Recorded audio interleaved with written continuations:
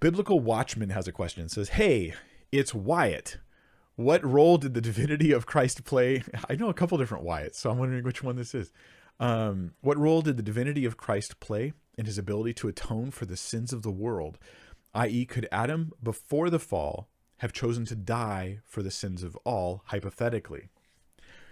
Okay, let me answer the second question first. Could Adam, before the fall, have chosen to die for the sins of all, hypothetically?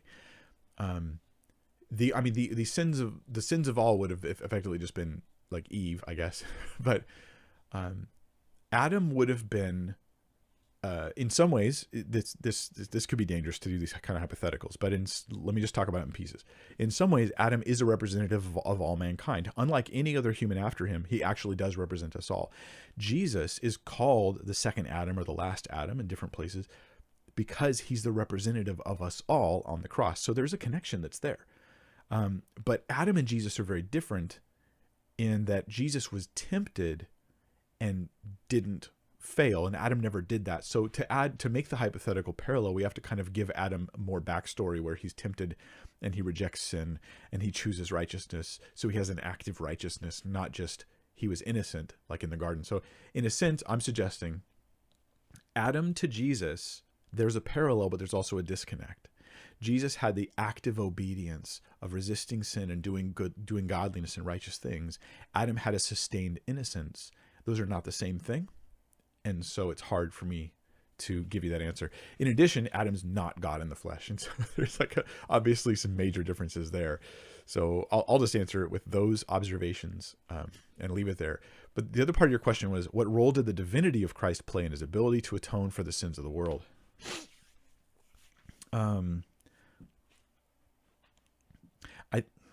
I guess I'm totally conjecturing right now because not immediately do I immediately get loaded in my mind specific scriptures that answer this question. What role the divinity of Jesus, as in Jesus wasn't just a perfect man, which even Adam didn't do what Jesus did here because he didn't have that active obedience, but he also had the divine nature. He's divine. And what was the importance there? We could guess that part of the importance is that Jesus literally couldn't stay dead, right? You could kill his body, but there's a sense in which life is in him. He is life, and so he cannot be destroyed, right? Like what happens to all of us can't ultimately happen to him. He must be restored by attaching himself to our human nature and dying. He pulls the human nature up out of the grave too, because he is life himself. Do you understand that? That seems to be the case to me. So conjecture here. There's an element of his divinity that might have an impact there. Otherwise, it's the character of God. God is holy. God is perfect. God is righteous, which ensures this righteous, perfect life that Jesus lives. He's human, so he can be tempted, but he's divine, and so he lives holy and perfect. So there's an element there that is important. No one is holy like God.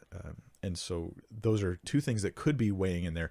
But we should just acknowledge that we're very much in the zone of conjecture here, and it feels a little bit sacrilegious to kind of hypothesize, let's try to substitute in our heads Jesus with a human version of Jesus that's not divine and maybe is like just Adam. And we should, I don't know, I feel a sense of trepidation. So I prefer to ask the question, not can I substitute Jesus, but rather just what are some elements in the atonement that are connected to the divinity of Christ? And that's a safer question, I think, theologically. All right, bonus question, and this one comes from Steve Smith. This is a bonus question. I haven't even read it yet. Okay, hold on. I gotta scroll this thing. What pickup do you have on your guitar? Oh, gosh. I don't remember.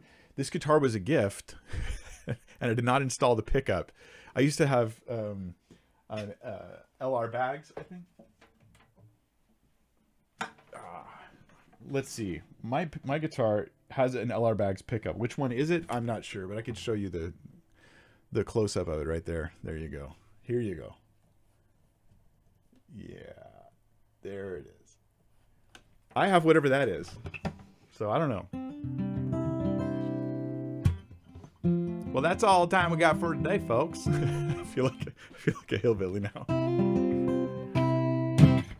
All right. Thanks, you guys, for watching. Appreciate you being here. I'll be with you again next week for a Q&A. We do every Friday that I can at 1 p.m. Pacific time, and I take your live questions right here from the live chat. We can't always get to all the questions. We never can get to all of them. We select 20 that seem like they'll be helpful for the listeners as well as the people asking. And if you ask a question that's already been asked, you can actually check my website now. BibleThinker.org has a searchable feature that allows you to search. There's what we call, there's two features, the general video search, but there's the clip search feature. You could type in a term like, say, atonement, and find specific moments in specific videos where I talk about that specific issue.